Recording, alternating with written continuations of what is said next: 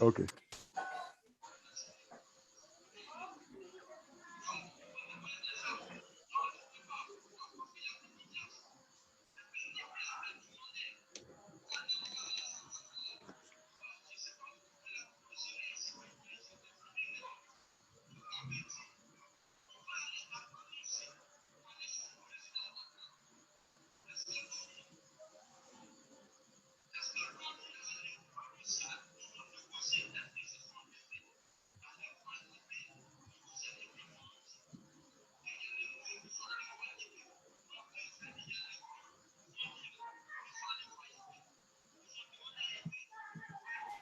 Ok, c'est bon. Je pense que nous sommes en direct Ok.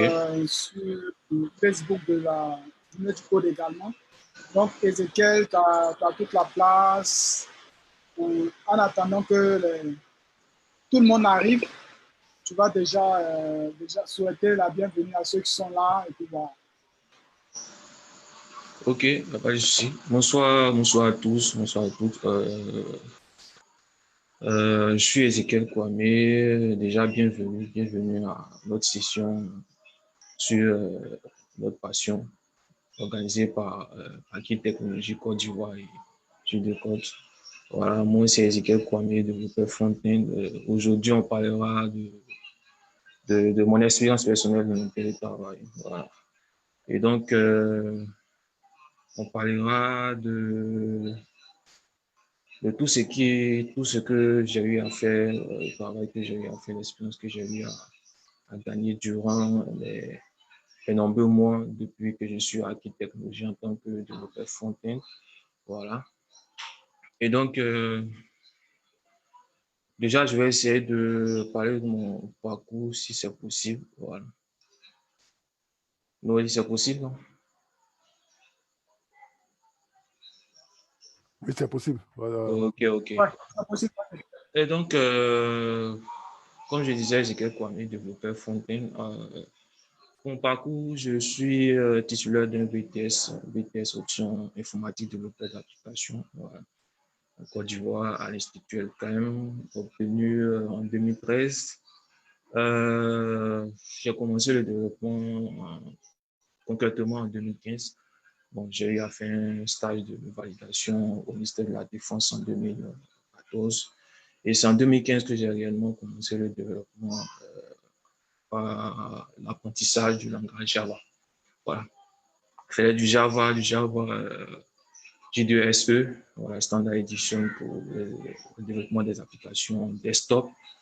Et après, je me suis orienté vers le volet Android jusqu'à ce que en 2016, j'ai été contacté par une entreprise de la place appelée Image IT, qui voulait forcément développer web. Et étant donné que bon, j'avais pas encore une réelle expérience dans le domaine, le CEO m'a donné cette chance-là de déjà entrer dans cette sphère professionnelle qui est le développement web. Voilà. Et donc là, c'est de là que j'ai commencé à apprendre le développement web par le langage PHP et AngularJS avec d'autres technologies juste à côté, le CSS et autres. J'ai eu à faire pratiquement 3 ans jusqu'à mars 2019 en tant que développeur web mobile à Image IT, aussi en tant que lead. J'étais en fait le responsable informatique et en mars 2019, j'ai eu à intégrer une nouvelle startup appelée NAS. NAS, qui est une structure financière qui produit des logiciels qui sont dirigés vers la finance. Voilà. Et donc, à NAS, j'ai eu à passer pratiquement, je crois, 9 mois, de mars 2019 jusqu'à décembre 2019. Et c'est en 2020, janvier 2020, que j'ai eu à intégrer Aki Technologie. Bon, déjà, à NAS, j'étais développeur front-end. Voilà. À NAS, j'étais développeur front-end. Et c'est à NAS que j'ai décidé de vraiment de me focaliser, de me perfectionner dans seulement ce volet-là. Sinon, à la base, j'étais développeur web mobile en termes full stack. Voilà, je faisais du back comme du front. Mais en âge, il a fallu que je me spécialise dans le domaine front-end. Et donc, j'ai fait 9 mois jusqu'à ce que j'intègre S2I, qui est Acquis Technologie. Voilà, voici un peu mon parcours en termes de formation, en termes professionnels. Voilà. Aujourd'hui, on va parler de mon expérience. C'est vrai que bon, j'ai eu des expériences avec Mesh IT, dans toutes les entreprises dans lesquelles je suis passé, mais aujourd'hui, on se focalisera plus sur l'expérience que j'ai eue avec les différentes startups américaines que dénommées ICS Media et puis ID Data. Voilà. Donc, j'essaierai d'expliquer un peu comment déjà ces différentes startups-là fonctionnaient, comment j'ai appréhendé ces différentes startups-là dans ma manière de travailler à la base, ma manière de performer, ma passion surtout, et puis j'essaierai aussi de mettre en essai que la manière dont j'ai pu évoluer à ICS Media et ID Data. Donc déjà, voilà, je crois que normalement je devais passer. On va entrer dans le bref du sujet. Voilà, je vais essayer d'expliquer un peu comment déjà j'ai pu intégrer à Akil et puis comment a été mes débuts avec déjà ICS Media. Bon, comme je disais tantôt, j'ai intégré Akil Technologie le 2 janvier, en janvier 2020. Et donc, il était question pour moi de travailler sur des projets externes. Voilà, des projets externes. En fait, Akil Technologie a une équipe pour des projets internes. Pour ceux qui sont localisés à Abidjan, travailler avec des clients qui sont à Abidjan. Voilà. Et un volet aussi pour les projets externes.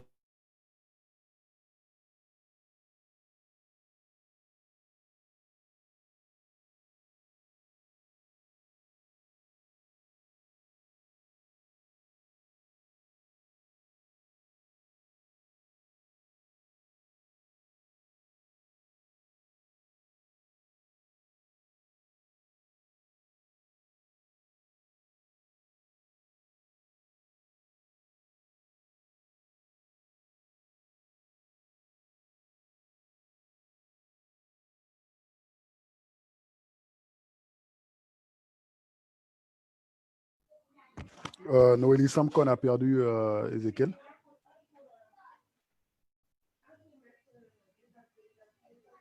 Ok. Donc, Bon, on va attendre qu'il se reconnaisse. Peut-être qu'il a perdu sa connexion. Donc, on attend qu'il se reconnecte. Ça me permet de reprendre le relais pour saluer tous ceux qui sont avec nous, notamment Akone. Je ne vais pas dire à vous, je ne vais pas inventer un autre. Non, c'est moi, je vais transférer sur mon téléphone. Ok, parfait. Parfait. Donc, il y a Dacier qui est avec nous, Gilles Trésor et pas mal de personnes qui nous suivent justement sur Facebook. Donc, d'entrée, il faut savoir que ce sont des sessions très, très, très interactives qui nous permettent justement de pouvoir partager non seulement nos connaissances, mais aussi de pouvoir échanger sur des thématiques technologiques qui sont très importantes pour nous. Donc, on a décidé justement pour ce deuxième épisode, si vous voulez, notamment après avoir fusionné avec Akil Technologie et particulièrement en Côte d'Ivoire, qui avait cette initiative-là justement de valoriser les développeurs avec le concept code moderne, d'accord, avec le concept code moderne. Et quand nous avons lancé Zoom sur ta passion, le grand frère et moi-même, nous avons échangé pour voir comment est-ce qu'on pourrait travailler en synergie pour faire avancer les choses. Donc, c'est la deuxième épisode, sinon le deuxième épisode que nous vous proposons. Hein. Et c'est aussi l'occasion pour nous, justement, de pouvoir permettre à toutes ces personnes qui sont intéressées. Bientôt, nous allons communiquer un formulaire pour recruter des personnes qui souhaitent échanger avec nous pour pouvoir nous rejoindre sur cette initiative-là. Et au-delà de ce que nous faisons de manière virtuelle pour l'instant, crise sanitaire oblige. Donc, plus tard, nous allons justement penser des masterclass, pourquoi pas, en présentiel et aller même au-delà de ce qu'on présente là. Bref, je ne suis pas l'intervenant de ce soir. Je laisse Ézéchiel continuer là où Oui, nous avons... veuillez m'excuser, il y a eu un problème de connexion. Ici, en Côte d'Ivoire, c'est un peu compliqué. Ça a été coupé, j'étais obligé de redémarrer rapidement la box. Ok, je crois que je parlais de... Là, je partage.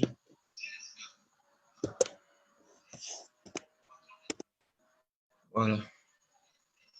Ok, donc je reprends. Au fait, je parlais plutôt de mon début, voilà, de mon début à Acquis Technologies en tant que développeur front-end. Et donc, comme je le disais, il y a deux types de développeurs à qui travaillent sur des projets internes ou externes. Et donc, moi, j'étais chargé de travailler sur des projets externes, particulièrement en tant que consultant front-end pour I6 Media. Voilà. Et tous les projets externes sont gérés par M. Abou Kone, qui est localisé aux États-Unis. Voilà. Et donc, 2 janvier, je commence avec déjà l'envie de découvrir de nouvelles choses.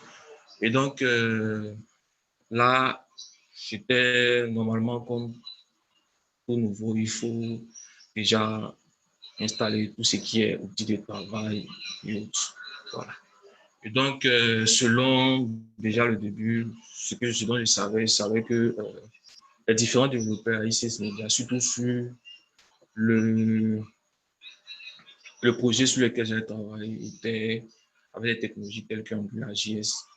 Il y a des développeurs qui travaillaient sur du Clojure, du Python. Donc, en fait, les développeurs front-end travaillaient sur du AngularJS. Voilà. Et donc, il fallait déjà setup, paramétrer les différents outils sur mon ordinateur, c'est-à-dire mon ordinateur Mac.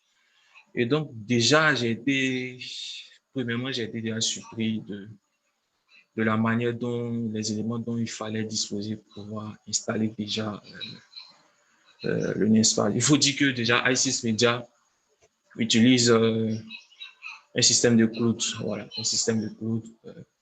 En fait, toutes les applications sont installées sur ce cloud-là. Et donc, tout développeur qui travaille à I6 Media a un namespace, un espace de travail dédié, personnel, sur lequel est stocké tout ce dont il a besoin pour travailler sur le code. Voilà. Et donc, étant donné qu'on est front-end, on doit travailler sur une interface utilisateur. D'accord. Donc, il fallait déjà installer cette interface utilisateur et derrière, installer aussi tous les REST services, les API du backend qui vont communiquer avec l'interface utilisateur. Et donc, moi, personnellement, j'avais l'habitude, normalement, quand on travaille en tant que front-end pour le back, il y a 2 options. Soit peut-être le back est déjà installé en ligne sur un serveur, donc on essaie de travailler, s'il y a des changements, les développeurs nous font signe, et voilà, c'est comme ça que je travaille. Et puis, peut-être si ce n'est pas en ligne, il faut forcément installer tout en local. Il faut installer le back en local, il faut installer tous les éléments pour pouvoir communiquer, pour pouvoir travailler. Et là, si un côté n'est pas à jour, automatiquement, il peut y avoir des déphasages, des problèmes et tout. Et donc, déjà, je remarque que tout est déjà centralisé. Tu n'as qu'à juste taper les différentes commandes line, pouvoir accéder aux différents API, installer l'interface utilisateur, travailler tranquillement, et puis voilà, tout est synchronisé. C'est quelque chose de nouveau que je ne connaissais pas. Donc, j'ai eu à passer près de 2 jours à 3 jours pour le setup. Et donc, c'était déjà une des nouvelles choses que j'ai appréhendé dans cette expérience avec ICS Media. Et donc, comme outils de travail sont presque les mêmes outils de travail qu'on a l'habitude de voir avec les différents startups, où j'ai eu à travailler. Slack déjà, j'étais déjà familier avec Slack, GitHub également. Confiance non, parce que au fait, j'ai eu à travailler plus sur d'autres outils de gestion de projets, gestion de tickets, tels que Redmine, Jira, mais pas Confluence avec ZenHub. Voilà. Et à Confluence, déjà, si personne ne sait, au fait, c'est une application qui permet déjà de gérer tout ce qui est gestion de projet, planning et tout est géré à travers Confluence. Voilà. Et ZenHub aussi qui permet qui est au fait une application de gestion de tâches, voilà, où chacun définit les tâches pendant les différents sprints et tout.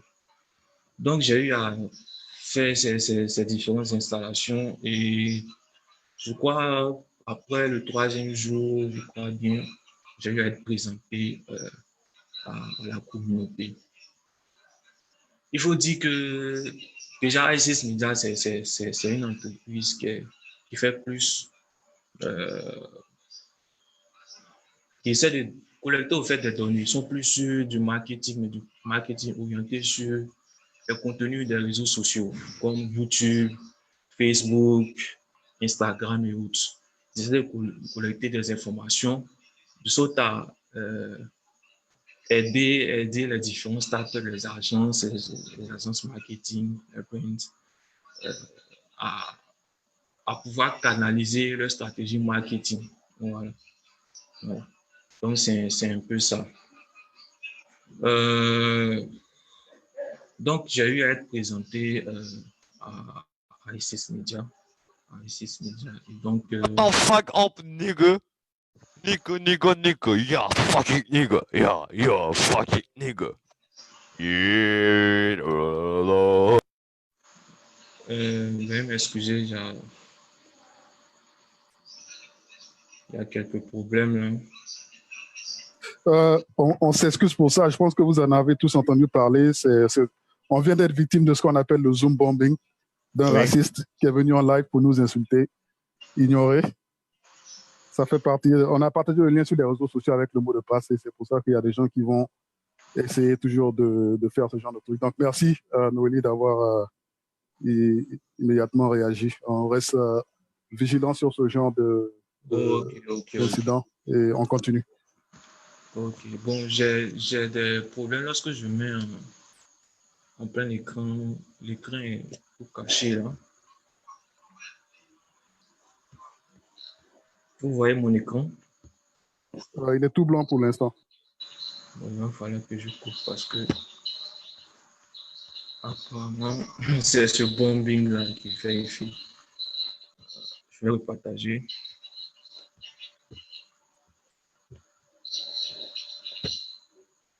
Ok, c'est bon.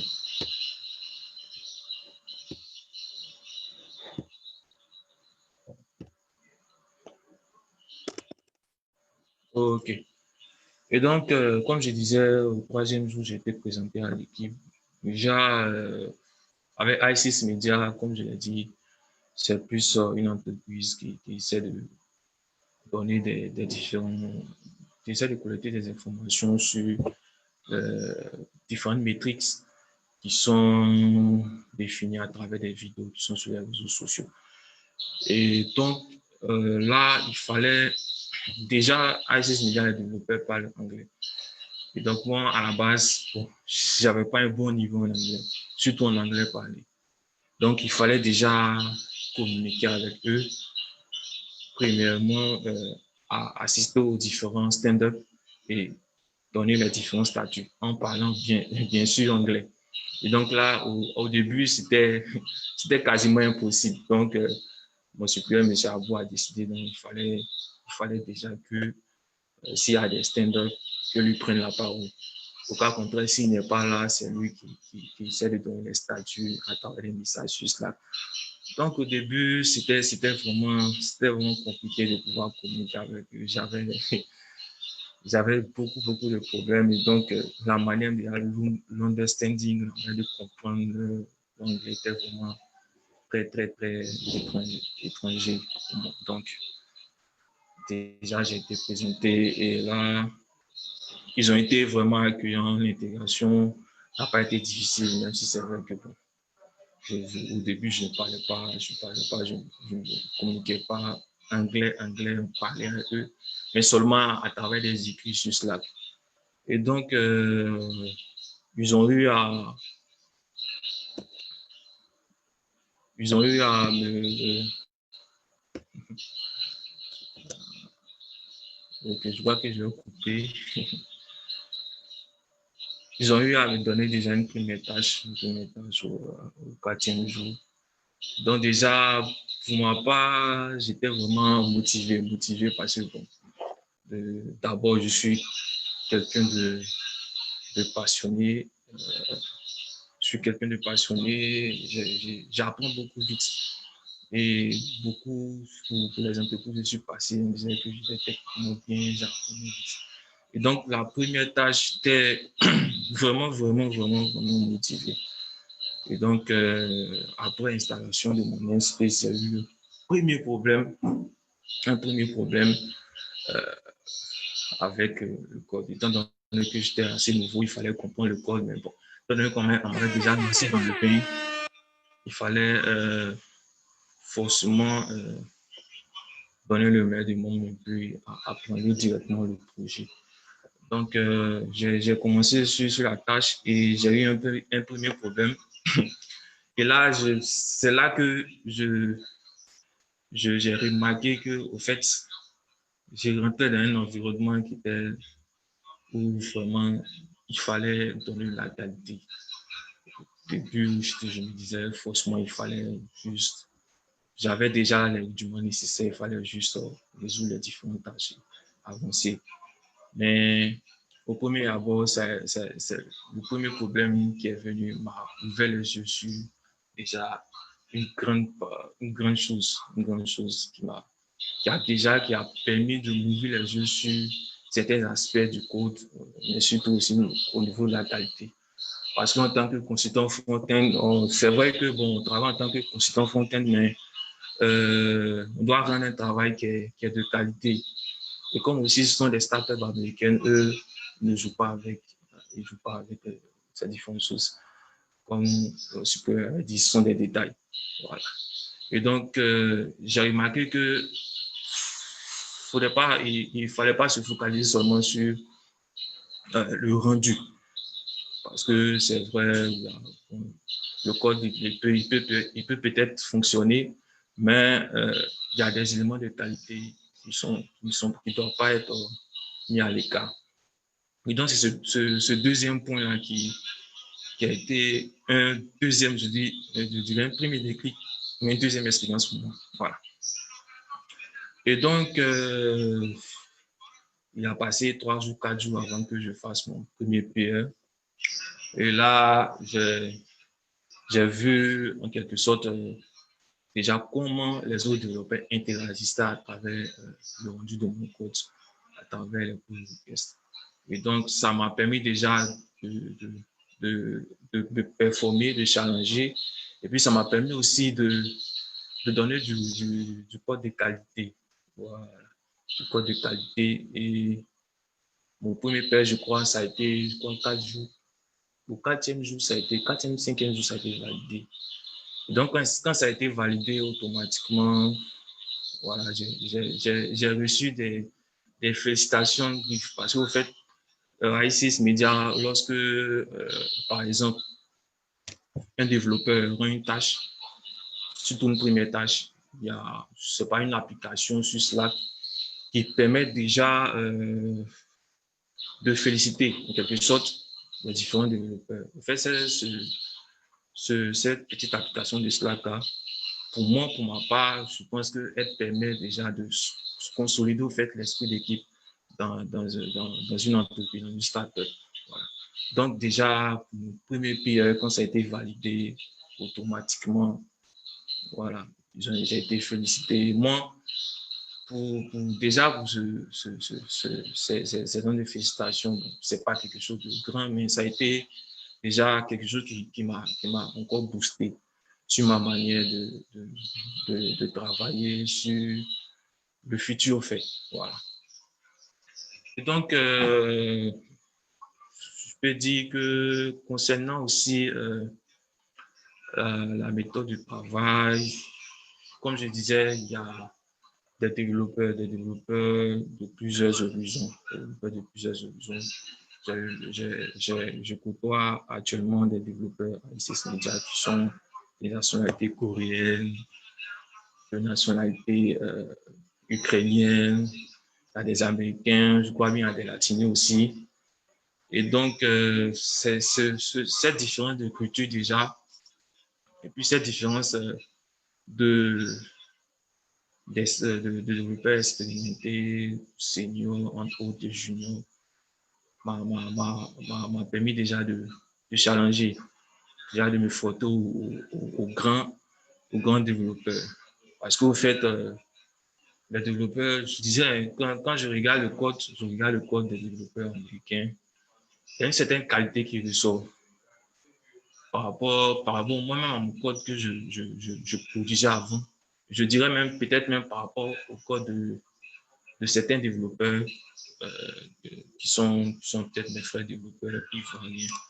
Et donc, ce sont ces éléments-là qui, pour un développeur, qui permettent déjà de monter en compétence, de donner la qualité dans les différentes tâches, les différents codes qu'il rend, et puis de donner un certain respect au fait, un certain respect au niveau de la communauté. Voilà. Je crois que le bon sont arrêtés. Je vais essayer de vous partager mon écran. Je vais essayer de vous partager. Du coup, en attendant, pendant que tu es en train de repartager ton écran là, il y a deux questions sur la discussion. Tu pourras même faire répondre si ça ne va pas prendre assez de temps. Sinon, carrément, à la fin, il y a une série de questions-réponses. Merci. Ouais, bon, je préfère répondre à la fin. Je crois que selon bon, si je tiens compte à l'ancienne réunion, la dernière réunion, le meet-up qu'on a eu le mercredi, il y avait 30 minutes de présentation et 30 minutes de questions. Je crois que je vais terminer sur mon speech et puis passer aux questions, si bien sûr c'est possible. Ok. C'est vrai que peut-être j'ai essayé de parcourir un peu la manière, n'est-ce pas, de travail. Je sais pas, peut-être je vais essayer d'expliquer un peu lorsque peut-être, par exemple, lorsque on a un peer avec ICS Media, le project manager en quelque sorte doit voir le visuel, essayer d'analyser la différente tâche, si vraiment les critères, les acceptants de critères ont été respectés à la lettre. Voilà. Et c'est en fonction de ça qu'il approuve le pull request. Voilà. Et donc, je dirais il y a trois niveaux. Il y a trois niveaux de validation. Alors, le premier niveau, c'est la validation par le project manager. Voilà. Celui qui a donné la tâche. Le deuxième mode de navigation, le deuxième niveau de navigation, ça c'est au niveau soit d'un développeur de votre choix. Vous pouvez choisir un développeur, premier développeur, ou déjà faire une review de votre code. Voilà. Et donc, ça, lorsque le deuxième niveau est atteint, vous pouvez passer au troisième niveau. Et généralement, lorsque le premier niveau est approuvé, le deuxième niveau est approuvé. Le troisième niveau, c'est optionnel. Voilà. Il y a le quatrième niveau qui est au niveau des testeurs, des QA testeurs. Voilà. Aussi, bon, c'est pas vraiment optionnel parce que ils analysent au fait la fonctionnalité comme le project manager. Mais eux, ils ont plus une vision sur le côté esthétique, le côté, je dirais, le côté design. Voilà. Peut-être si c'est vrai que la tâche est bonne, mais il peut y avoir des décalages au niveau peut-être de certains éléments, des espacements qui n'ont pas été faits, voilà, voilà, au niveau du style, au fait. Et donc, eux ils sont plus regardants sur le style. Donc, quand ce quatrième niveau est OK, que les 4 niveaux sont OK, au moins 3, normalement, c'est que automatiquement, le peer est validé. Mais le peer, au fait, il doit passer en master. Et pour passer en master, il y a ce qu'on appelle un développeur DevOps. Un DevOps qui se charge déjà de gérer tout ce qui est intégration continue. Voilà. Et donc, au niveau de l'intégration continue, ce DevOps-là,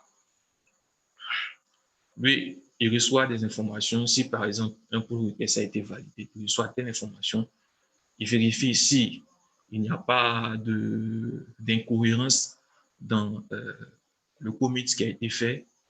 Et lorsque tout est OK, il pousse en master. Si ce n'est pas OK, il essaie d'informer le développeur pour lui notifier qu'il y a tel truc qui n'est pas à jour, sur la master, ou bien peut-être il y a un commit, les commits n'ont pas été consolidés, ou peut-être il y a un commit de trop et tout. Donc, pour faire ce DevOps, il vérifie tout ça et il valide en master. Et donc, il s'est validé en master que la tâche est définitivement close. Donc, c'est le projet manager dans l'application ZWeb qui essaie de passer cette tâche-là en master. Donc, voici un processus déjà aussi qui personnellement est très différent. Moi, je n'étais pas habitué à ça concrètement. Moi, dans les entreprises où j'ai eu à travailler, bon, pour la première entreprise, il n'y avait pas GitHub, il n'y avait rien. C'était juste des outils de travail tels que Skype et tout. Les vérifications, il n'y en avait pas vraiment. À NAFS, il y avait des vérifications, mais à un moment donné, on a arrêté les vérifications. On mettait seulement les éléments sur Bitbucket et tout. Il n'y avait pas ces niveaux de vérification-là, déjà qui, en mon sens, permettent déjà d'envoyer déjà un code de qualité en master, en production. Voilà. Et donc, c'est quelque chose de nouveau qui a été nouveau pour moi. Et donc, pour ma part, moi, c'est quelque chose qui me faisait plaisir déjà d'apprendre, d'automatiser déjà ces différents éléments-là dans ma tête, pouvoir, voilà, pouvoir faire le travail comme il se doit. Et donc, déjà, c'était un élément clé. Et donc, déjà aussi pour la vérification du travail, j'ai remarqué que le projet manager n'a pas besoin, bon, c'est vrai qu'il a peut-être c'est un informaticien à la base, mais le projet manager, lorsqu'il veut tester l'application, il n'a qu'à faire juste, je sais pas, bon, il vérifie juste le rendu, mais à travers lui-même son namespace personnel. Et donc, quand il y a des changements à faire, je peux interagir directement avec lui, faire les changements, pousser, et automatiquement, il reçoit et peut voir les différents changements. Et pendant que je suis sur la page même, qu'il fait ses interactions, je vois le mouvement de ses souris automatiquement. Quand il y a des changements ou lorsqu'il est prêt à regarder tel travail, automatiquement, je synchronise mon namespace avec le pull request. Automatiquement, lui, quand il est informé, il teste automatiquement la tâche sur son ordinateur. Et c'est quelque chose qui est assez interactif et rapide. C'est pas, comme je dis, c'est pas quelque chose où... Parce que il y a eu beaucoup d'éléments que j'ai eu à remarquer avant. Il peut y arriver comme ça que peut-être un supérieur, celui qui désire vérifier tel élément, te fait signe. Et pendant que lui, il est en train de faire, il vérifie sur la page. Au fait même, il se rend compte que le travail même n'est pas encore sur cette page. Et souvent, ça peut créer des confusions. Ça peut créer différents problèmes. Et donc, cette méthode a permis déjà de savoir qu'il est bien possible d'utiliser ces différents outils-là pour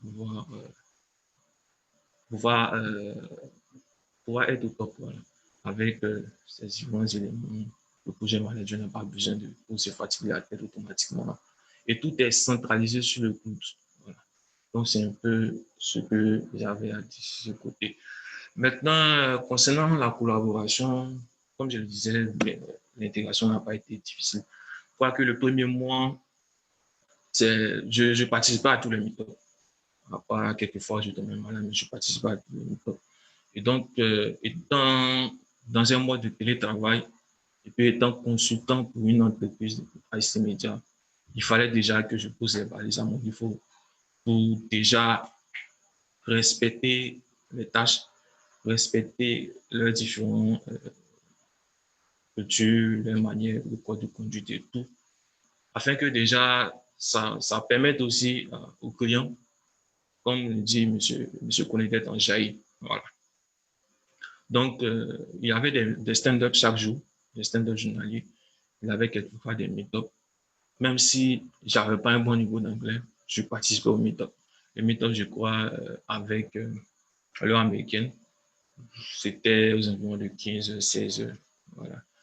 Et donc, déjà, il fallait travailler déjà avec leur heure de base. C'est-à-dire, eux se lèvent, ils commencent à travailler à 9 heures, 9 heures de chez eux.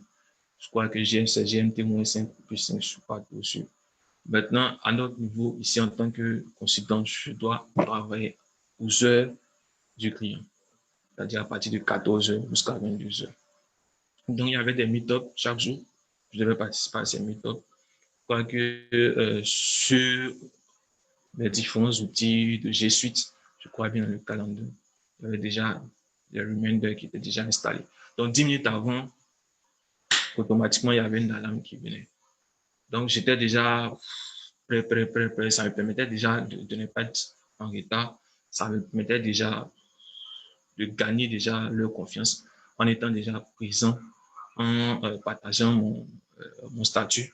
Bien entendu, au début, c'était compliqué, mais le premier mois, voilà, ça allait, puisque M. Koné participait. Et c'est au deuxième mois que M. Koné a commencé à disparaître un peu. Il était beaucoup occupé sur d'autres projets avec d'autres clients. Et donc, là, pour ce deuxième mois, c'est vrai que je n'ai pas un bon niveau d'anglais, mais il fallait forcément me débrouiller. Il fallait que je sois autonome, que je ne dépende pas forcément de M. Koné, que je rende le travail correctement.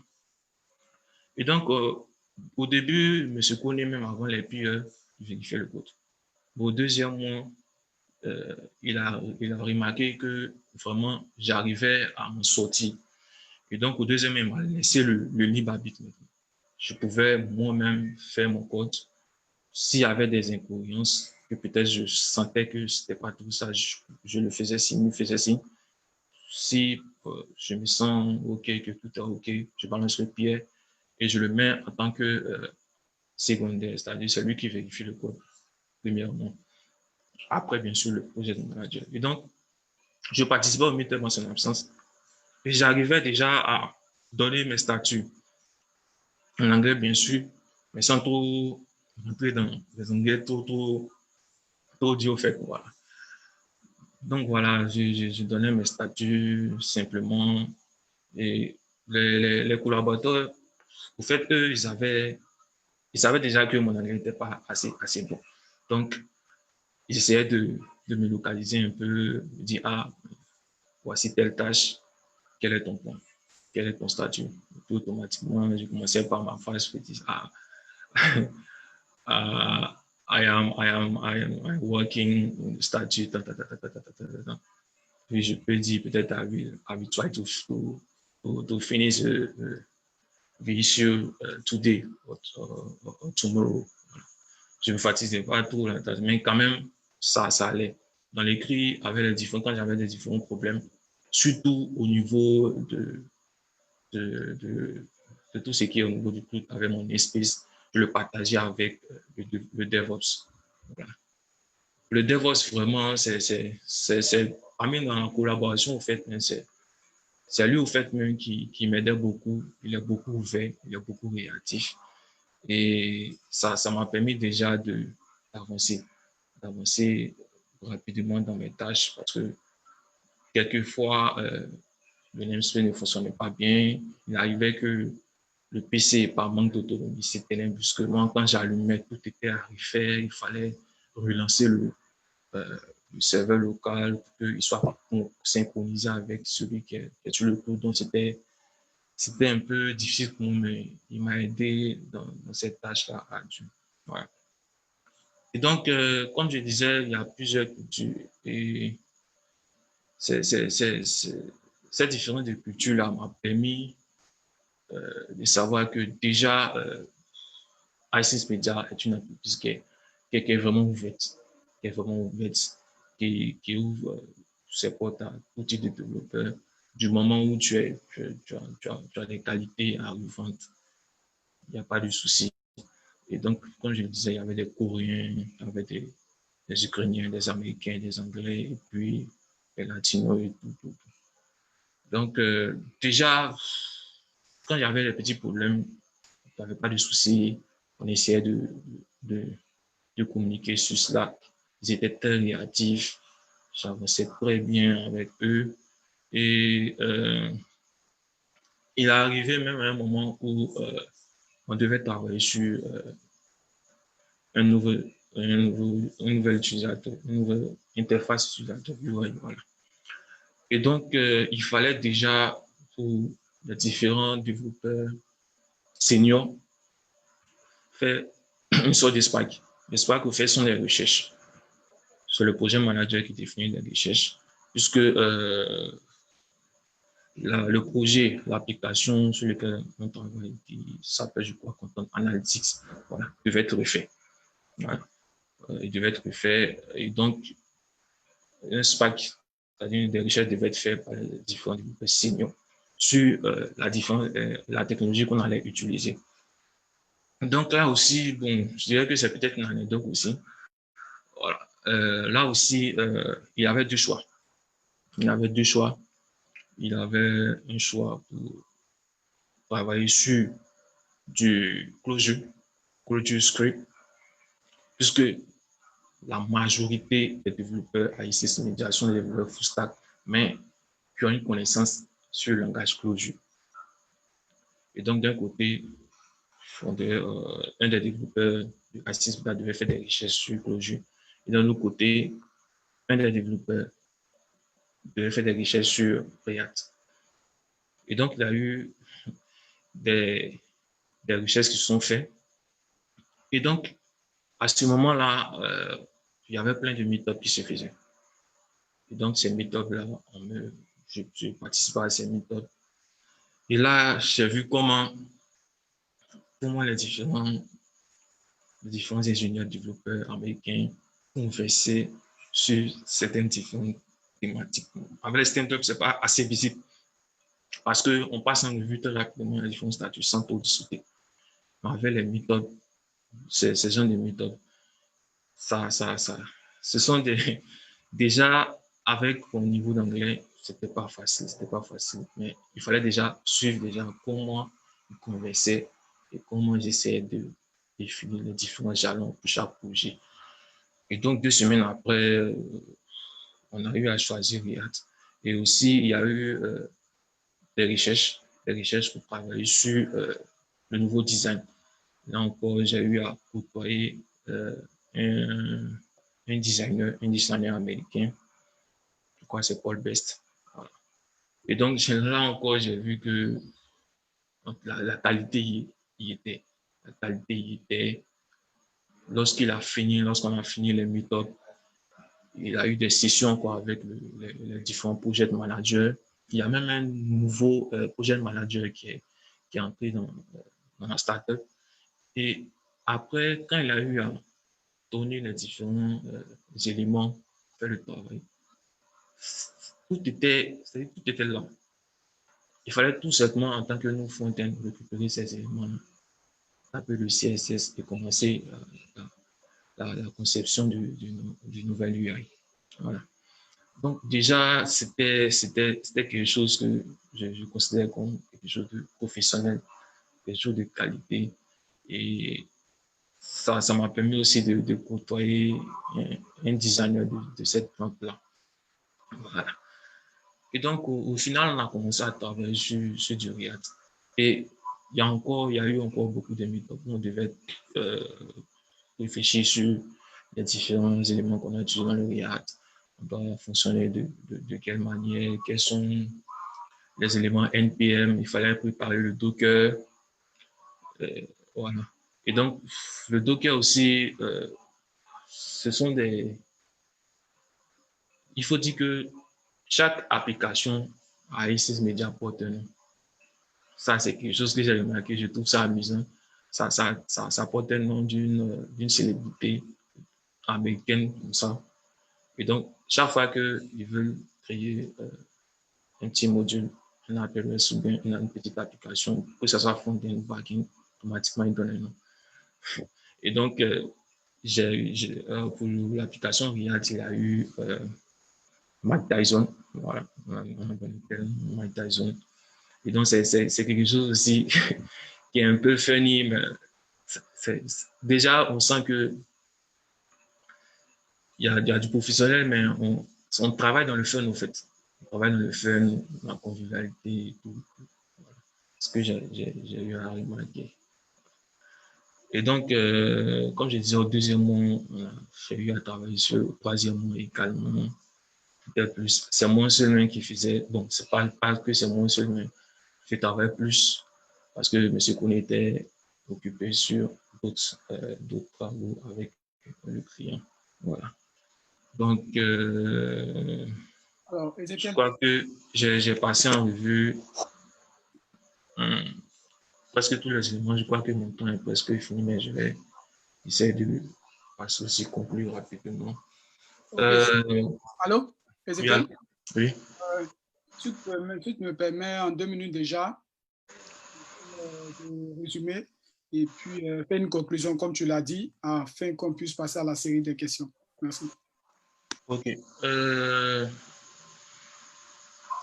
Pour conclure, bon, je ne vais pas dire que je vais conclure, mais je vais essayer de parler encore plus de la méthode, la manière normalement qu'un développeur doit apprendre pour pouvoir travailler dans ce genre d'organisation. Voilà. Avec ICS Media, il fallait une certaine responsabilité, une certaine autonomie. Et puis, il fallait se forcer sur soi-même, pouvoir donner le meilleur de moi-même.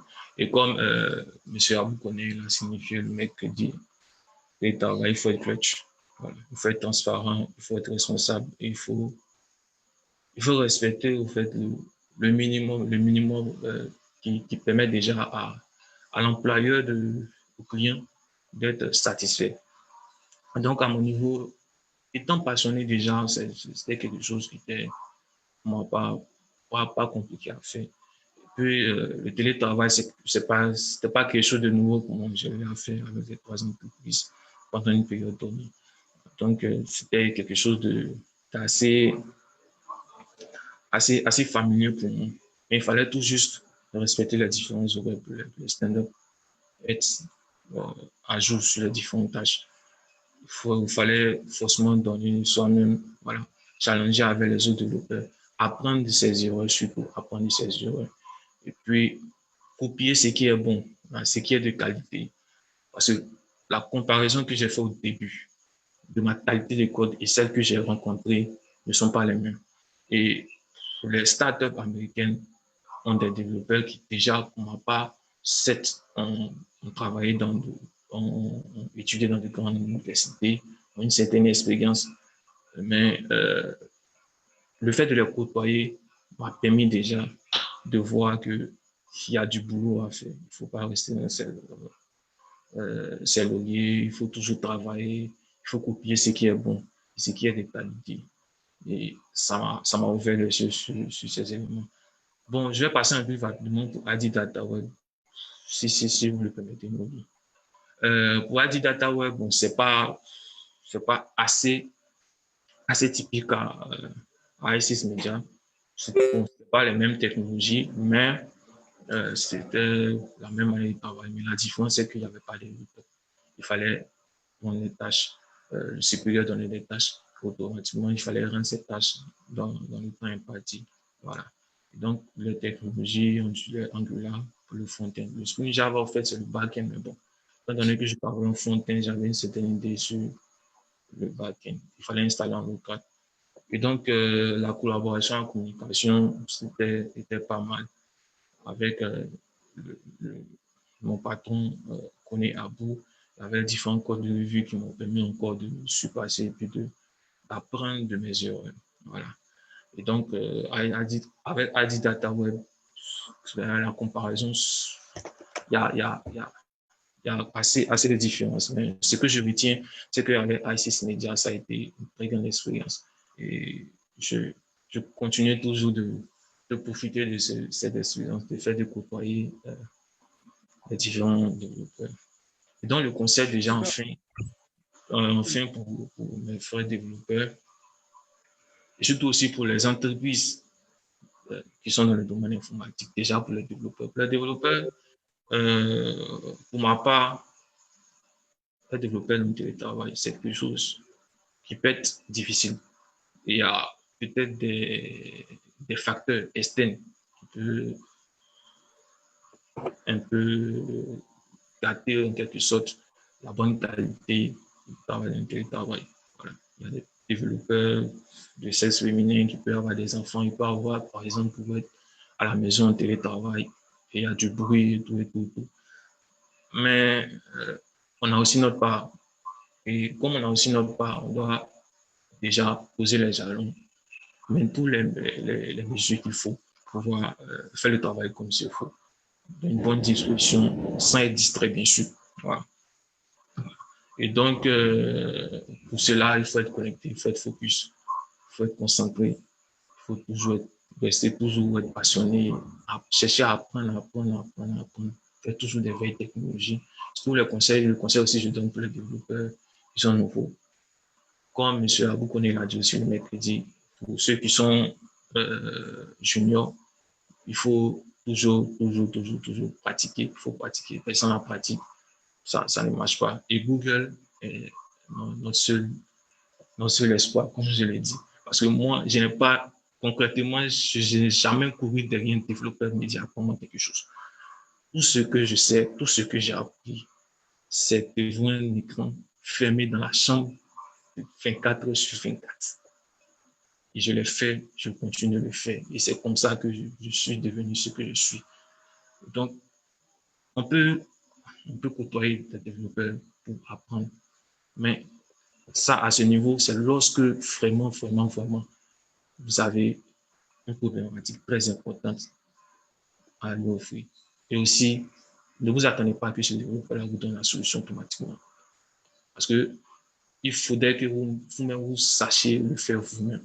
Donc, il va vous donner les différents axes. À vous de respecter ces axes, comprendre comment évoluer. Voici ce que je leur dis. Pour les entreprises, pour ce que j'ai vu déjà, je pense que ce que je pourrais dire, c'est opter déjà les entreprises ivoiriennes. Voilà. C'est que déjà, à qui technologie, on a déjà tous ces éléments-là qu'il faut. On travaille avec des clients. Mais pour que la communauté en Côte d'Ivoire puisse être une communauté avec un niveau qui puisse performer avec ces différents développeurs de l'extérieur, c'est-à-dire surtout aux États-Unis, en Europe et tout. Il faudrait qu'on essaie aussi de copier le bon côté des choses. Je dirais que peut-être par la manière, l'organisation déjà, je sais que peut-être le coût c'est assez cher, ce que je sais, c'est assez cher. Mais si déjà les entreprises veulent attirer le meilleur des clients et éviter ce qu'on a l'habitude de voir, que c'est les différentes entreprises de Côte d'Ivoire ont peur souvent de faire confiance aux start-up de Côte d'Ivoire et souvent sous-traités avec les Européens. Il faudrait que nous-mêmes, en termes de qualité aussi, on ait du répondant. Et ça passe déjà par une bonne organisation. Déjà, les entreprises AICS Media, ils sont déjà habitués. Parce que en Europe, aux États-Unis, le télétravail, c'est quelque chose de normal. Donc, ils ont une certaine méthode que les entreprises doivent adapter, qui permettra déjà à ces entreprises, cette crise sanitaire, de pouvoir performer, de pouvoir permettre à leur équipe de donner le meilleur d'eux-mêmes et puis d'avoir des résultats. Voilà. Donc, ce que j'ai dit, c'est un peu ça. Donc, voici un peu ma Ok, donc déjà, merci contribution. beaucoup. Merci, Ezekiel, pour ton brillant exposé. Donc, d'entrée, déjà, pour ouvrir le bal des questions, Oui, j'ai vu pas mal, justement, de techno qui étaient présentés sur différents projets. Et dans la continuité, en fait, de ton travail, quelles oui. sont justement les technologies que tu utilises au quotidien? Et au jour d'aujourd'hui, surtout cette période de crise sanitaire, là, pendant cette période de crise sanitaire particulièrement, est-ce qu'il y a un outil que tu as découvert ou est-ce que tu as découvert encore un autre aspect des outils que tu utilisais déjà? D'accord? Donc, moi, c'est ma première question. Après quoi, il y a des questions dans la discussion. Tu pourrais déjà Et, répondre. Et toutes les personnes qui souhaitent poser des questions, ça sera l'occasion justement d'ouvrir votre micro et de poser une question. Merci. ok. La technologie, je crois, c'est ce dont je travaille, sur laquelle je travaille. Bon, je crois que c'est Slack, hein. Slack que j'utilise pour, euh, pour la communication. J'ai mon G Suite qui est normalement professionnel, bien sûr, sur lequel j'utilise Google Agenda. Je Google Agenda beaucoup, sur lequel je définis mes différentes tâches. J'ai aussi sur mon ordinateur, le Mac, les notes où j'ai défini les différentes notes, les différentes tâches que je dois faire. J'ai eu même à définir toutes les étapes concernant l'installation des différents namespaces avec ICS Media, euh, la procédure à respecter pour les pull requests. Voilà, ce sont ces éléments-là que j'utilise. Pour le Google Agenda, déjà, ça me permet déjà d'être toujours à l'heure pour les stand-up. Ça me permet d'être focus sur mon travail. Tout est synchronisé, même sur mon téléphone, 30 minutes avant, il y a des alarmes qui viennent. Et ça me permet déjà d'être focus. Dans un cas de travail, surtout dans ma chambre, okay, déjà, bon, les parents déjà savent déjà ce que je fais. Donc, ne pose pas tous les problèmes. Il y a un certain calme qui me permet déjà d'être concentré sur mon travail. Maintenant, concernant bon, les outils, sont les mêmes que dont je n'ai parlé. OK. Quoique, il n'y a pas grand-chose. Mais le problème, c'est surtout personnel. Parce D'accord. que je dirais que les entreprises font le nécessaire pour... vous savez, la crise sanitaire est quelque chose qui n'a pas été prévu pour certaines entreprises qui ne sont pas habituées au télétravail. Et donc, chaque entreprise essaie de définir ces différents éléments. Et pour surtout les entreprises informatiques, c'est quelque chose qui est déjà balisé. Mais les développeurs n'y sont pas habitués pour certains. Voilà. Et donc, il s'agit déjà pour ceux qui ne sont pas habitués, déjà, comme je l'ai dit, d'avoir un environnement qui leur permette d'être concentrés, de ne pas être distraits, et de pouvoir rendre le travail comme il se faut. Normalement, il faut une bonne connexion Internet. Bon, on sait qu'à Abidjan, dans certaines zones, c'est assez difficile. Mais déjà, sans connexion Internet, sans bonne connexion Internet, c'est déjà compliqué. Pour ouvrir les moyens, il y a 3 réseaux. Il y a 3 réseaux. On ne peut pas dire que tous les 3 réseaux là ne fonctionnent pas correctement. Il y a forcément un réseau qui fonctionne correctement. Moi, dans mon cas, j'utilise toujours Orange Côte d'Ivoire. Ok. Donc, la connexion est très bonne. Hmm. Et donc, ça me permet déjà d'être focus sur le travail, d'être toujours connecté. Je suis connecté sur Slack aussi, sur le téléphone, sur le PC. S'il y a des problèmes, on a besoin de moi, je suis automatiquement réactif. Déjà aussi, ça permet aux développeurs d'être toujours connectés et comme s'ils étaient au bureau. Voilà. C'est vrai qu'ils ne sont pas physiquement là, mais ça permet déjà de faire son travail comme si on était au bureau. Et aussi être ponctuel, ponctuel dans toutes les réunions. La ponctualité. Et ça, la ponctualité, c'est une tâche de confiance.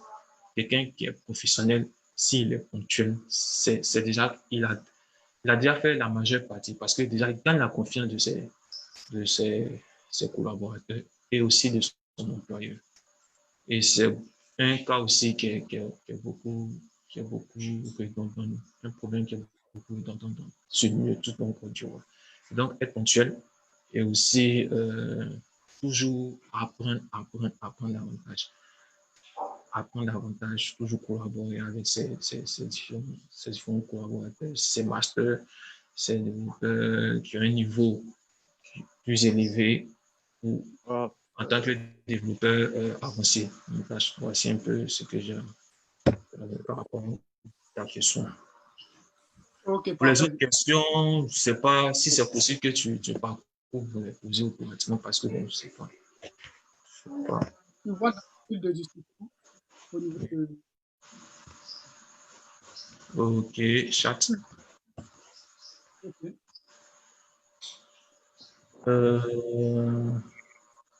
Ok, Darcy.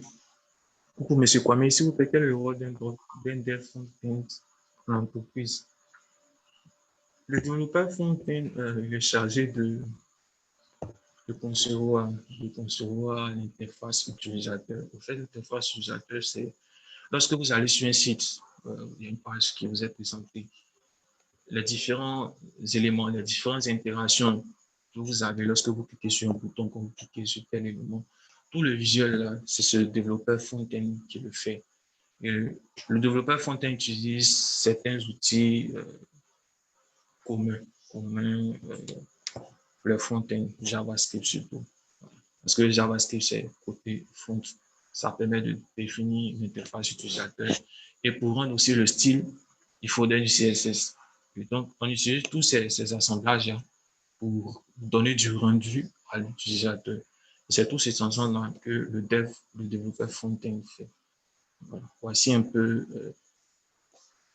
la réponse à ma question. Donc, en résumé, le développeur front-end, c'est celui qui fait l'interface utilisateur que vous voyez sur chaque fois que vous allez sur un site, par exemple, si vous allez sur Facebook, tout ce que vous voyez en visuel, c'est le développeur front-end qui s'en charge. Voilà. Je crois que ok, je crois qu'il n'y a pas grande question. Il y a Noélie, je Maurice pense, Sané qui avait demandé s'il pouvait intervenir. Arnaud avait une question, Noélie, avant ça. Arnaud, non. OK. Non. Donc, on laisse la place à Maurice. Tu voulais intervenir. Tu as le micro. Ok, donc bonsoir à tous. Je ne vais pas être long, je vais essayer d'être bref. Je pense que il y a Ezekiel qui a dit pas mal de choses assez intéressantes déjà. Donc, allô, on m'entend? Oui, on t'entend bien. Ok. Voilà, On peut donc, dire c'est ça. déjà, merci pour ton intervention.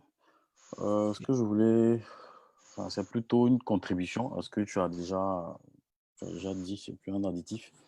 C'est ce que je voulais rajouter, c'était par rapport à la communication dans ce genre d'environnement. Ce que j'entends par communication, c'est bien au-delà de tout ce qui est donner son statut, répondre aux messages et tout ça. C'est plutôt dans la réalisation des tâches de tous les jours. Ça peut être des tâches banales parce que tu as dit que, par exemple, pour ton cas, au début, les setups et tout ça, il y a des premières choses qui t'ont déjà pété à la figure parce que voilà, il y avait le problème avec l'anglais, la différence de manière de travailler déjà entre nous et eux et tout ça. Donc, moi, j'ai eu à travailler aussi avec iFX Media, ça c'est juste une parenthèse, et puis ID Data Web et tout ça. Mais ce que je voulais dire, c'est que par exemple, si tu es sur, de façon concrète, quand tu es sur une tâche Ou en tout cas, quand tu es en train de faire quelque chose par rapport au boulot de l'entreprise, tu peux être bloqué. Parce que ce qu'on constate, enfin, c'est pas tout le monde, mais quand on est chez nous ici, on va le dire, quand on est souvent, on est bloqué sur quelque chose et on pense qu'on a tout le temps d'essayer de trouver et puis remonter rapidement pour dire, OK, j'étais en train de faire tel truc, c'est pour ça que ça fait un bout de temps que je ne répondais pas au message ou bien je voulais boucler avant de ci. Alors que c'est du tic au tac, comme tu l'as très bien dit, les gens sont réactifs. Et cette réactivité-là, c'est parce qu'il y a une bonne communication. Donc, ici, très souvent, ce que moi j'ai constaté, c'est que surtout dans ce genre d'environnement, il y a des gens qui ont tendance à dénigrer un peu les autres, comme quoi, quand tu es toujours en train de dire, est-ce que tu peux me donner un coup de main sur telle chose? Est-ce que tu sais pas comment finaliser tel truc? Il y a des gens, de ce que moi j'ai vu, il y a beaucoup de personnes qui ont tendance à penser, en tout cas, que ouais, le gars, il n'est pas fort, il est pas. Alors que dans ce genre d'environnement, c'est pas qui est fort ou qui n'est pas fort. Justement, C'est justement. la mise en commun des, on va dire, des compétences de chacun pour l'avancée du travail collectif de l'entreprise, en fait. Donc, on s'en fout de si tu es expert ou pas. Le plus important, est-ce que déjà tu peux jump sur la tâche, déjà commencer à travailler, mais si ça ne va pas quelque part, autant communiquer, autant le dire, surtout qu'il y a il y a un délai. Allô? Là, l'image est figée. Allô? Oui, on t'entend très Oh bien. là là. Parfaitement. Ok. Voilà, surtout il y a déjà des délais qui sont très souvent, enfin, très serrés. Donc, tu vois, tu es dans ton coin en train de chercher à aller sur Stack Overflow à gauche et à droite, chercher à trouver la solution. Alors que si tu avais simplement demandé, il y a un gars peut-être à côté, même en 2 lignes de code, ou bien en une phrase même, te sort des indices qui vont te permettre de débloquer rapidement ton problème en moins de 2 minutes. Donc, c'est cet aspect-là que moi, je voulais surtout ressortir. Parce qu'il a, certes, expliqué tous les aspects techniques tels que les outils utilisés, les méthodes de travail, comme quoi il faut être au stand-up à telle heure. Faut, au niveau des pull requests, quand tu fais ton code, telle personne doit valider avant qu'on déploie. Je pense que ça, c'est beaucoup plus euh, la technique, les procédures. Mais pour que ces procédures-là soient respectées, soient, on va dire, euh, profitables, je pense que un élément important, c'est une bonne communication. Comme je l'ai dit, la communication, c'est pas seulement dire oui, je suis là, je suis pas là, mais c'est aussi exprimer euh, ce qui est, que ce soit par rapport aux différents points de blocage, que ce soit par rapport aux avis, que ce soit parce que un exemple concret, c'est que j'ai, je travaille par exemple sur une partie du projet de ICX Media au niveau du content analytics. Je pense que Ezekiel doit bien connaître ça. Et un jour, il y a, je crois, l'un des le CPO, je sais plus trop lequel, il y a un gars là-bas qui s'appelle Alex. Et on travaillait comme ça et j'ai vu qu'il avait envoyé un visuel et il avait expliqué en fait ce qu'il fallait faire. Mais quand j'ai regardé le visuel, de ce qu'on s'est dit et le visuel, j'ai compris qu'il y avait quelque chose qui manquait en fait. Donc là, j'aurais pu simplement me dire, OK, voici ce qu'on m'a demandé de faire, je fais le boulot et j'avance. Mais après, je travaille, je me rends compte que mais, ce qu'il m'a demandé de faire par rapport à ce que moi je vois, c'est comme s'il y a des éléments qui manquent. Donc, plutôt que de rester dans mon coin et me dire, ouais, parce qu'il y a aussi ça, tu rentres dans un environnement qui est, on va dire, occidental, européen, donc quelque part, il y a ton ego aussi que tu mets devant, parce que, comme je l'ai dit, tu te dis que on va penser peut-être que, ça c'est l'idée que très souvent beaucoup d'entre nous ont, on va penser que tu n'es pas fort ou que tu n'es pas bon, donc tu penses peut-être que tu es obligé de rester dans ton coin à chercher, à sortir une solution miracle pour que les gens ne disent pas que ok, le gars, il n'est pas fort ou pas. Donc là, moi, j'ai carrément demandé au gars, mais tu as demandé de faire telle chose. Je constate que sur le visuel, il y a telle chose qui manque. Il me dit, ah ouais, c'est ma faute. Et dans les 2 minutes qui ont suivi, le gars, il a modifié le design, il a renvoyé. Ça, c'est l'expression de la réactivité. Et un dernier point pour terminer, c'est que ils ont aussi un mindset qui est assez intéressant, c'est qu'au niveau de ICX Media, par exemple, ça serait pour ne citer que cette entreprise, Ezekiel disait que quand tu résous un bug, on te félicite. Enfin, ils ont mis un petit bot sur Slack qui permet en fait de féliciter le développeur. Comme il a dit, pas parce que ce que tu as fait est si extraordinaire, mais déjà c'est pour emmener les gens à interagir, ça c'est un. Et aussi emmener toute l'équipe à entretenir, à avoir comment je vais dire ça, un environnement assez propice au travail où les gens ne sont pas cloîtrés dans leur Ouais, coin. c'est Dit que je suis booster là juste l'esprit d'équipe. Booster justement l'esprit d'équipe. pour aider aussi les gens à sortir de leur trou. Ne pas que tu sois dans ton coin à te dire que ouais, je dois juste coder et envoyer. Il faut que tu sentes que c'est comme une sorte de famille qui est là. Et je pense que c'est C'est ce modèle-là aussi qu'il faut qu'on essaie de calquer ici. Comme je l'ai dit, on a des stéréotypes un peu carrés à notre niveau. Donc, je pense que, comme il a dit, il faut copier ce qui est bon. Et aussi le hot potatoes, mais je pense que M. Abouk sait très bien de quoi je parle. Le hot potatoes, je pense que c'est quelque chose qu'on doit aussi copier ici. Ça, c'est pour venir à la responsabilité dont Emmanuel parlait. Ça, je pense que je vais terminer sur ça. Comme il a dit, on a des tâches qu'on te confie. Tu es bloqué sur quelque chose. Pour éviter le hot potatoes, pour faire terre à terre, c'est comme une patate chaude en fait. Vous êtes en groupe, il y a une patate qui est chaude qu'on sort du feu et on te jette la patate dans ta main. Donc la patate, c'est comme ta tâche en fait. Donc l'idée, c'est de ne pas qu'en fin de journée ou en fin de sprint, on se dise, ah, c'est telle personne, on te pointe du doigt pour dire, c'est telle personne, c'est à cause de lui que, en tout cas, c'est par rapport à ce qui n'a pas pu boucler, qu'on n'a pas pu respecter les délais par rapport au sprint, machin. Donc c'est comme tu as la patate en main, ça te brûle, donc tu as intérêt à faire vite pour te débarrasser de cette patate et jeter ça sur quelqu'un d'autre. L'idée, c'est pas de te débarrasser de la tâche et dire que, OK, j'ai fini, on va pas m'en vouloir, mais derrière, en fait, le non-dit, c'est de dire que ça doit impliquer ta responsabilité et de te dire que, OK, j'ai une patate en main. Voilà, ça, c'est l'analogie qu'on fait la patate entre la patate et la tâche.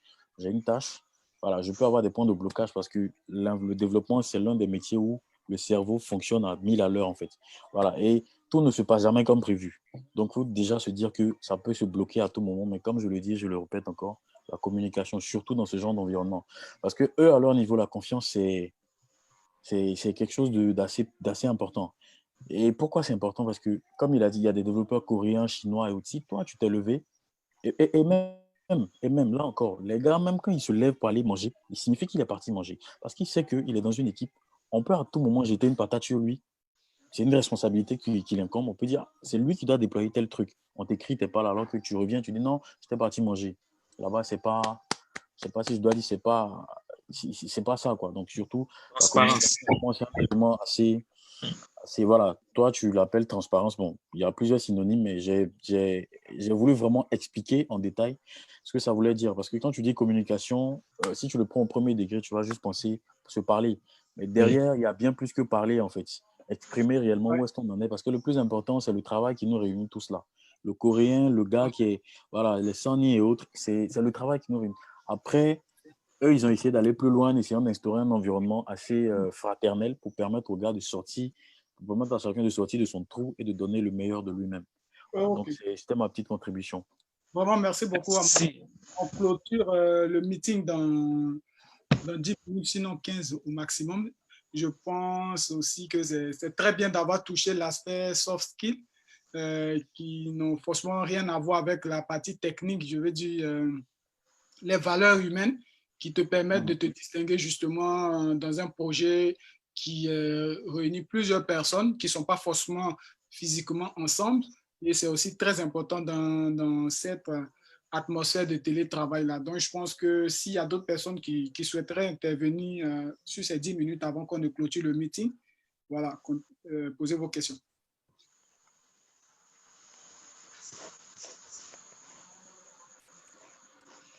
Bon, si personne n'a des questions, moi, je vais juste, c'est à Bouconnet, je vais juste revenir sur les points que Ézéchiel et Maurice ont bien soulevés et dont ils ont parlé dans leur expérience. Moi, je suis à je pense, je ne me souviens plus, ma 15e ou 16e année d'expérience professionnelle dans le milieu du développement. Et je pense que tout professionnel, donc quand on parle de software de développement ou bien dans n'importe quelle profession, je pense que tout le monde suit un certain arc dans sa carrière. C'est que quand on est débutant, on est junior, on se focalise beaucoup sur le comment faire les choses, sur le côté technique. Et après un moment, je dis surtout dans notre domaine, dans le développement, on se rend compte que les concepts sont les mêmes, c'est juste les syntaxes, les langages qui sont différents. Et une fois qu'on comprend les concepts, l'adaptation après par rapport au langage spécifique qu'on utilise est spécifique au langage, mais tant que tu as le concept, comprendre et résoudre le problème n'est pas difficile. Mais au point où après tu arrives à un problème, en fait, et ça rejoint le télétravail, comme je l'ai dit mercredi, le succès dans le télétravail est lié plus au côté soft skills dont tu viens de parler que le côté technique. Parce que, et ça, en général, en tant qu'ingénieur, le plus Ezekiel et Maurice peuvent en témoigner. La différence entre un développeur senior et junior à mon niveau, de la manière dont je vois ça, ça va toujours être dans le détail.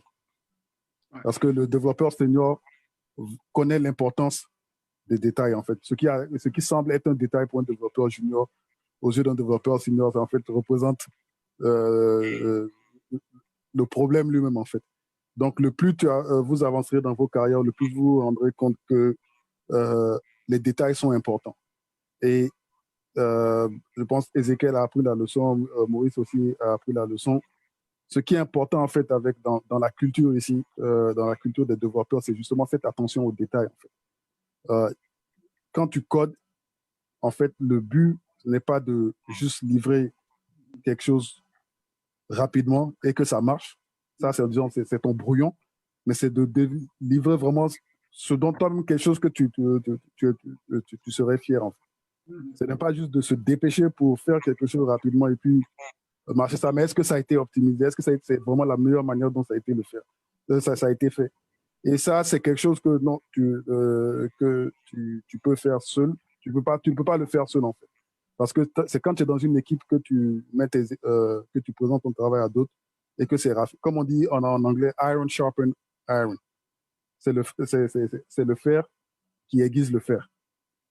Donc, le processus, donc, mais ça demande justement, c'est pas juste un développeur qui peut faire ce changement, c'est des équipes. C'est un écosystème. C'est de comprendre que quand on code en équipe, une des pratiques qui est importante à faire, c'est de faire les code reviews, de faire les PR avant de soumettre des changements dans le code.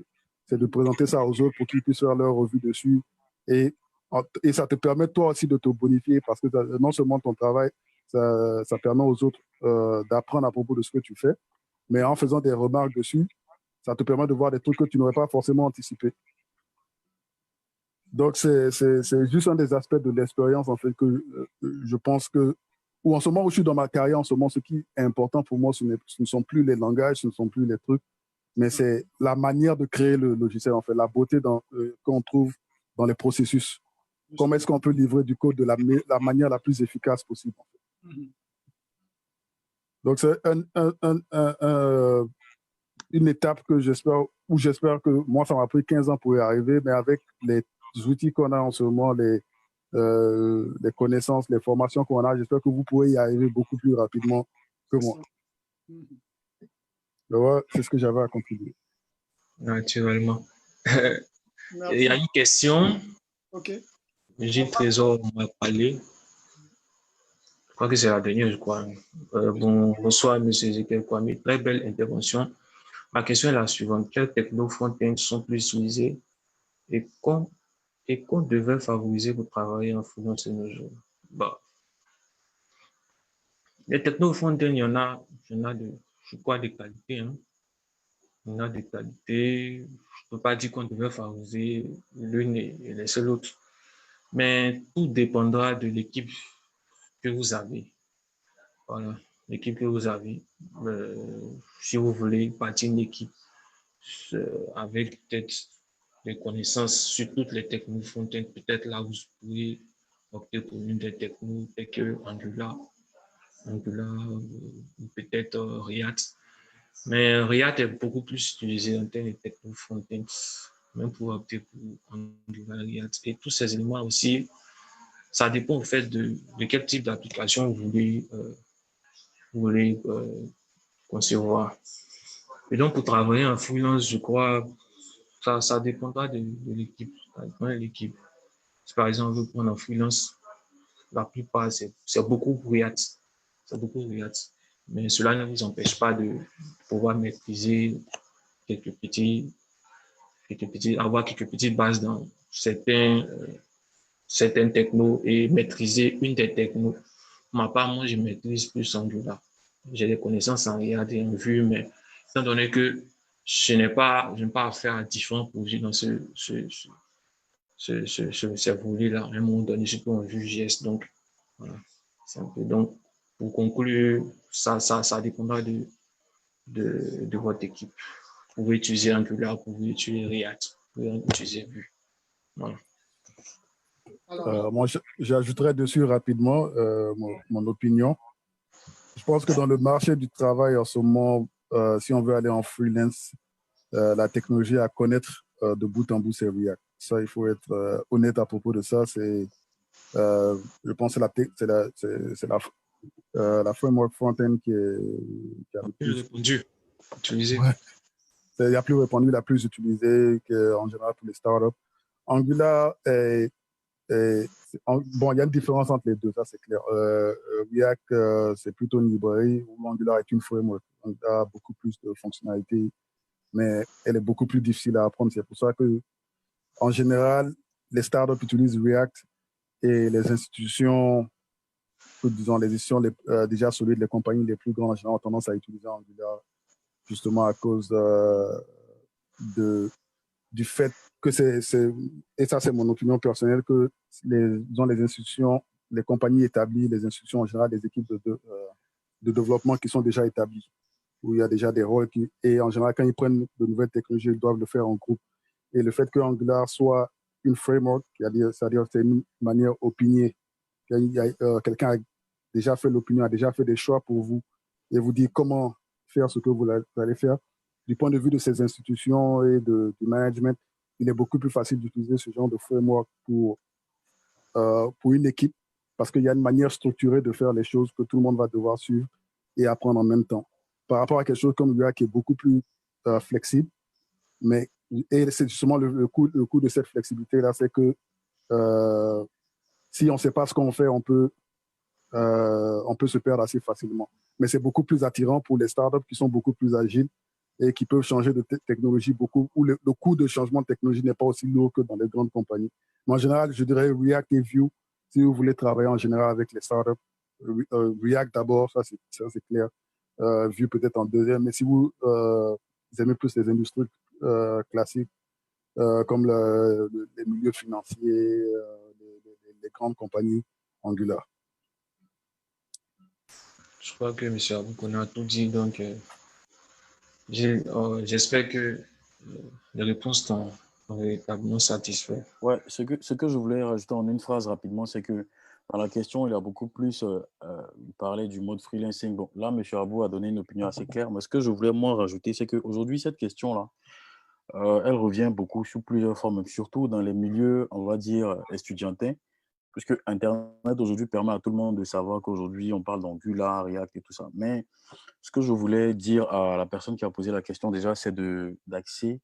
Déjà, je ne sais pas quel niveau il a, mais déjà, de se focaliser sur le plus important, déjà, c'est, on va dire, le langage qui est backé derrière la technologie qu'il veut apprendre. Après, le critère du marché que M. Abou vient de souligner, pour moi, il vient en second plan parce que ça ne sert à rien de dire, OK, on dit que, ou bien, basé sur ces infos-là, je vais apprendre React, je vais apprendre Angular, alors que, comme il a dit, aujourd'hui, ça c'est lui, enfin, comme il a dit à son niveau, son problème n'est plus au niveau de quel langage, de quelle technologie, mais plutôt comment faire le travail. Donc, je souhaiterais aussi dire à cette personne-là de déjà essayer de développer ces compétences-là, s'il a la possibilité de le faire, plutôt que de se dire, OK, c'est le nouveau truc à la mode, c'est assez intéressant, et puis on demande ça en entreprise, je saute là-dessus. Parce que jusqu'à preuve du contraire, que ce soit React, Angular, Django, peu importe, derrière, là, c'est plus ou moins la logique algorithmique, même pour les interfaces utilisateurs. Comment tu résous le problème? C'est la question fondamentale dans toute cette histoire. Voilà. Donc, c'est ce que moi, j'aimerais rajouter. Donc, peu importe l'équipe, après aussi, ça dépend des besoins. Il a parlé de freelancing. Voilà, je ne sais pas qui seront tes clients et tout ça, mais après, voilà, moi, je suis tombé, il y a des projets sur lesquels, par exemple, un simple jQuery te permettra de, voilà, pas besoin de sortir, la tirer, load, pour faire le truc. Mais que tu prennes jQuery ou React, comme je l'ai dit, derrière, tu vas voir, c'est du JavaScript qui est là-bas.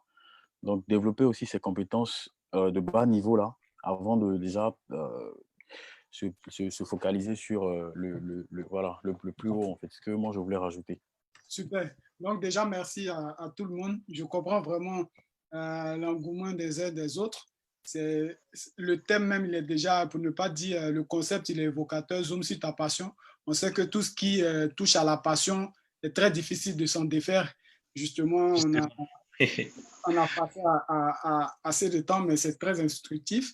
Et moi, c'est l'occasion pour moi, justement, de rappeler toutes les personnes qui ont des initiatives similaires, qui ont qui ont envie de voir l'écosystème avancer dans la technologie. Moi, je ne parle pas que code, je parle technologie, je balaye l'âge pour aussi permettre à tout le monde, aux plus jeunes, aux plus forts, aux plus talentueux, de pouvoir créer cet écosystème-là où on pourra réellement s'entraider et faire monter les choses.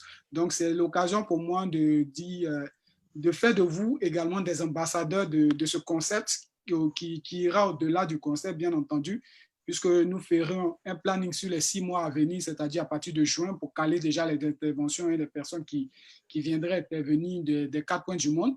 Et derrière, ce qu'on recherche, c'est de permettre à cette nouvelle graine-là que nous voyons déjà à l'horizon, qui touche beaucoup à la technologie, d'être peaufinée afin d'atteindre l'objectif escompté pour être quand même cité parmi les grands au niveau de la technologie en Afrique de l'Ouest, en Afrique en général et même pourquoi pas dans le monde. Donc, c'est l'occasion aussi d'encourager les petits frères à venir regarder, à venir écouter. C'est bon de suivre tous les buzz qui se passent sur les réseaux sociaux, mais c'est encore mieux de venir apprendre auprès des grands pour pouvoir atteindre le sommet aussi un jour. Donc, je ne vais pas faire long. Merci de nous avoir suivis. N'hésitez pas si vous pensez avoir des thèmes. Bientôt aussi, un formulaire sera en ligne.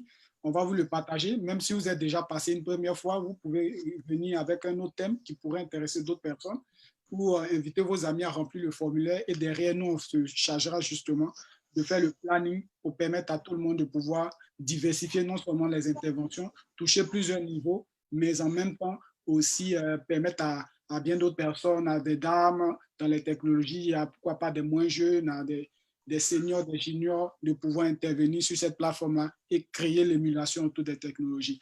Donc, sur ce, je vais vous dire au revoir. C'est vrai qu'on est des développeurs, on est à majorité, je dirais plus des geeks, toutes ces personnes connectées qui aiment les technologies. Donc, certains n'iront pas dormir tout de suite, ça je le sais, mais voilà, on est obligé de mettre fin au meeting. Le mot d'Akmani. Voilà, c'est ça. Comme on le dit, le vice compagnie sera activé. Et puis, bonsoir chez vous. Ok. Bonsoir. Ok, merci. Bonne nuit à vous. Merci.